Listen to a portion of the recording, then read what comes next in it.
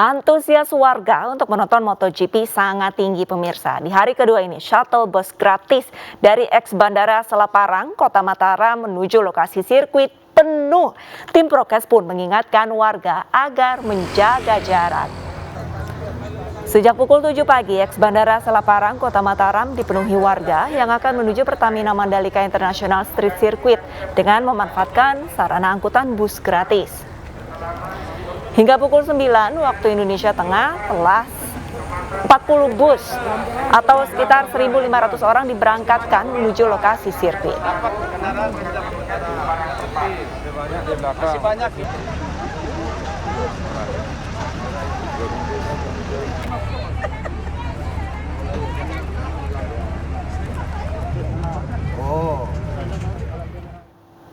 Hari kedua agenda balap MotoGP Mandalika 2022 dilakukan dengan latihan bebas atau free practice session.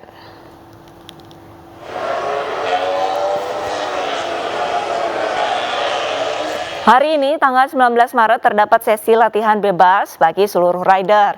Selain itu, juga mulai digelar kualifikasi bagi pebalap Moto2, Moto3, dan MotoGP.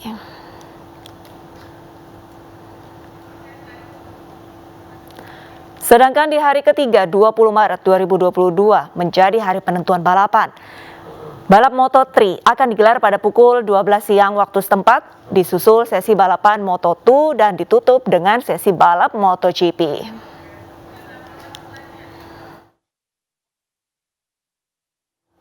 Dan untuk mengetahui situasi di sirkuit Mandalika Lombok Tengah, Nusa Tenggara Barat, kita bergabung dengan rekan Muzakir di sana. Selamat siang Muzakir, bagaimana nih jalannya gelaran MotoGP pada hari ini? Baik Alista dan salam olahraga.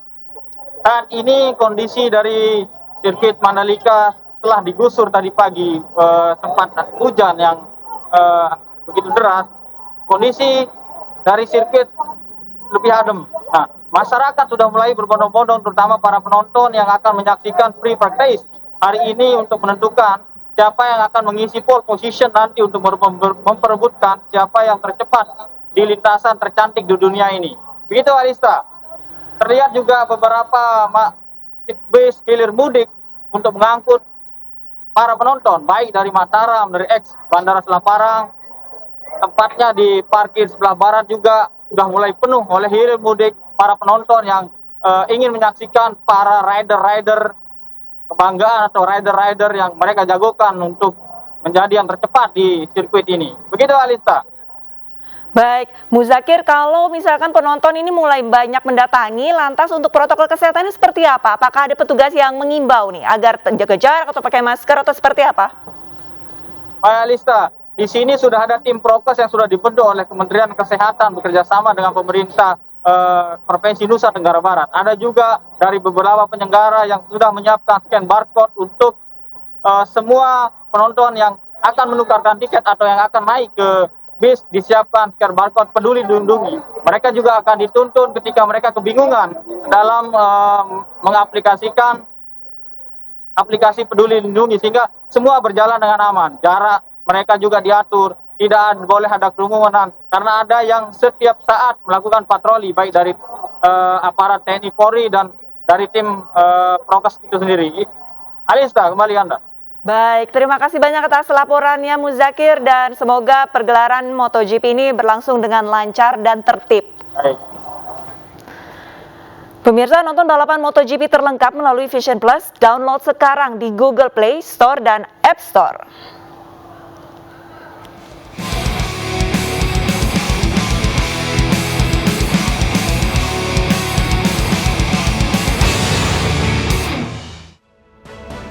Satu orang tewas dalam kebakaran yang melanda pemukiman padat penduduk di kawasan Cipete Utara, Jakarta Selatan, terbakar pada Sabtu pagi. Padatnya pemukiman membuat api dengan cepat menyambar dan menghanguskan 24 rumah. Informasi selengkapnya usai jeda.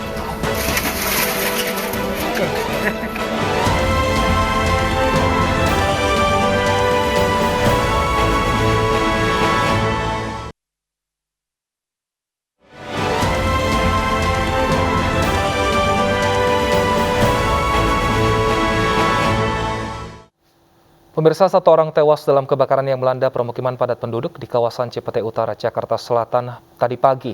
Padatnya pemukiman membuat api dengan cepat menyambar dan menghanguskan 24 rumah. Korban kebakaran di Jalan Cempakan 3, Kelurahan Cipete Utara, Kecamatan Kebayoran Baru, Jakarta Selatan ini ditemukan sekitar pukul 10.30 setelah api berhasil dipadamkan oleh tim pemadam kebakaran. Korban merupakan seorang wanita bernama Aci berumur 25 tahun yang merupakan penghuni salah satu rumah kontrakan. Korban kemudian dievakuasi ke rumah sakit untuk proses otopsi, sementara warga berusaha mencari barang-barang yang masih bisa diselamatkan.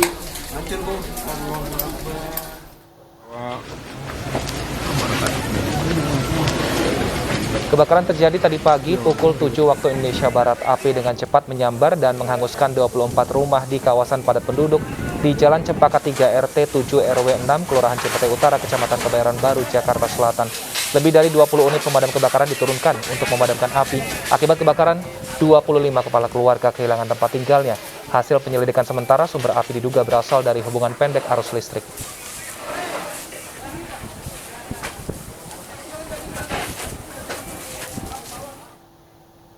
Ular sanca sepanjang 3 meter dievakuasi petugas pemadam kebakaran Tangerang Selatan, Banten. Ular bersembunyi di plafon rumah warga.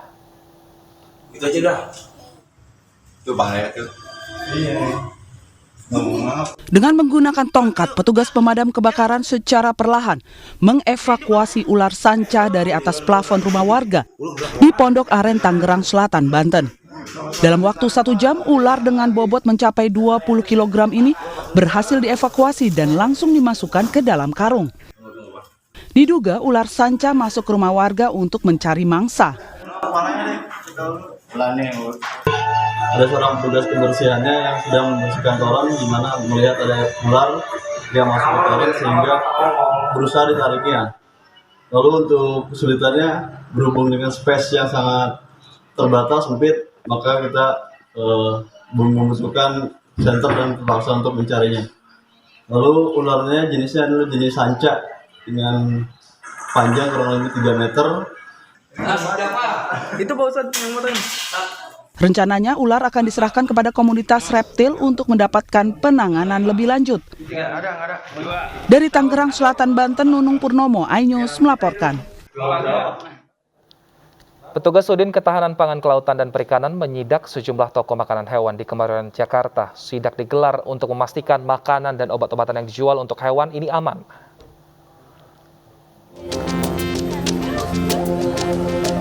Demi menjaga kesehatan hewan peliharaan masyarakat dari bahaya keracunan, petugas Suku Dinas Ketahanan Pangan, Kelautan, dan Perikanan menggelar inspeksi mendadak ke sejumlah toko makanan hewan atau pet shop di kawasan Kemayoran, Jakarta Pusat. Hasilnya, petugas mendapati beberapa obat dan vitamin yang sudah kedaluarsa serta tidak terregistrasi Kementerian Pertanian.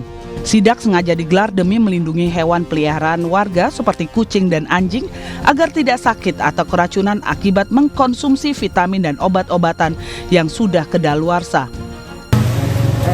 Sesuai dengan ketentuan ada nomor registrasinya, tapi ada juga yang berbahasa asing, harusnya harus ada dua bahasa. Terus beberapa mendekati expired.